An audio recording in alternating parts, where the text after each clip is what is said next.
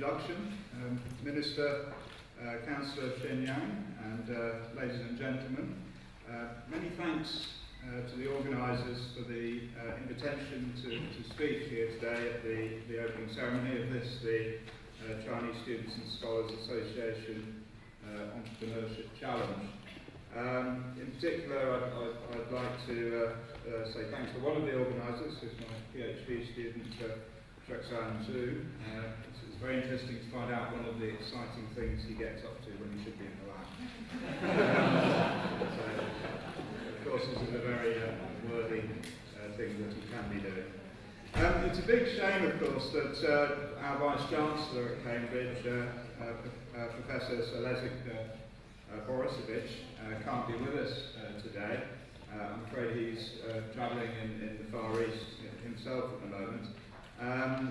Of course, the Vice-Chancellor is a great supporter of increasing the cooperation between Cambridge and Cambridge University in particular and China.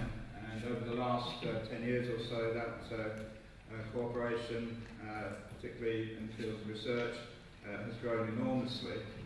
And of course, you saw the letter of support that he sent the committee earlier this afternoon.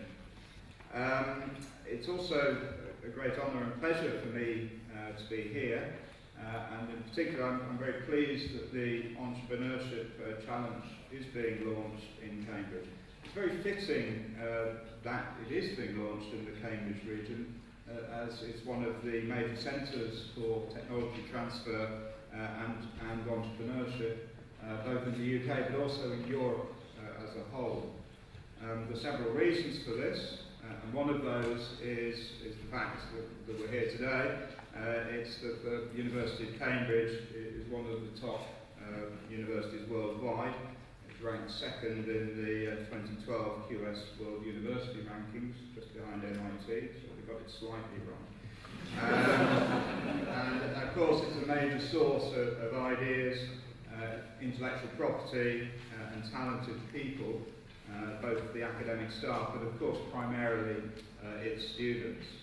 And nowadays, of course, many of the students, particularly the graduate students and those employed in research, come from China and the Far East generally. And so this competition is a very good way to strengthen those links between the university, between the Chinese embassy and of course to China itself. Now, of course, a strong and successful entrepreneurial culture also relies on many other things apart from just a good university as a source of technology transfer opportunities. And the so-called Silicon Fen region has got many other advantages as well.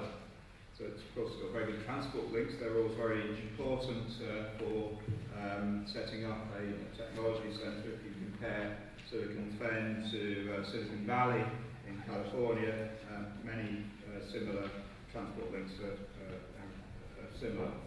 And so we've got good links, and of course the Stansted Airport, regional airport to Europe.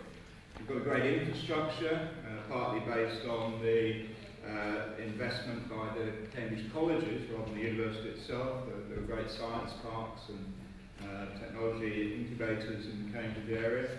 But one of the really important features that the Cambridge area has brought to this spirit of entrepreneurship is the very high degree of networking that has grown up over the past 20 or 30 years. And this has enabled people who want to start companies in the region to find partners, to find angel and venture capitalists, and there are several of those here today, and to find advice, to find know-how, and of course to find people to do the work. And so organisations such as the Cambridge Network and the Cambridge Angels have grown up to support this activity. And so the region now has the critical mass to enable the successful attempt to be like Silicon Valley and to be called Silicon Fen. And so there are several very successful companies that have grown up, such as ARM, Autonomy, and ZenSource, and people like that who have been very, very successful. However, the university does play a part in that. Last financial year, Cambridge Enterprise, the organisation which tries to commercialise Cambridge know-how and research, filed nearly 200 patent applications and signed nearly 100 licence agreements. The Cambridge Enterprise has about 66 companies in its portfolio. Currently, over half of which have got to the stage of actually selling products. That's quite an achievement, I know, from my own entrepreneurial activities. And since 1995, over £1 billion has been raised by these portfolio companies as investment. I'm personally proud to have been the founder of 3 companies in the Cambridge area, all of which haven't made any profit yet though, and are at the early stages of their development. And I know from bitter experience that it's a very long and tortuous road to product success. So the first of those companies was called Zimway, and it was founded over 10 years ago. As I said, it still hasn't made a profit. So I guess the venture capitalists are more annoyed than I am. However, you've got to start somewhere, and the 2 other companies, Pervase ID and Ecom, both had their early ideas and thoughts about the business tested in entrepreneurship competitions such as this one that we're celebrating the start of here today. So I'm pleased to hear that previous entrants to this competition have been successful in starting businesses back in China, and we heard about some of them earlier. And also the competition itself provides a very exciting opportunity to meet with investors and incubators back in the Chinese cities that were mentioned, and that's a very exciting prospect.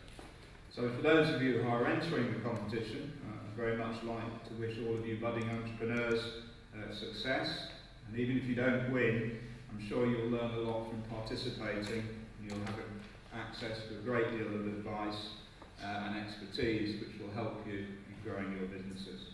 So good luck with that, and good luck with the competition.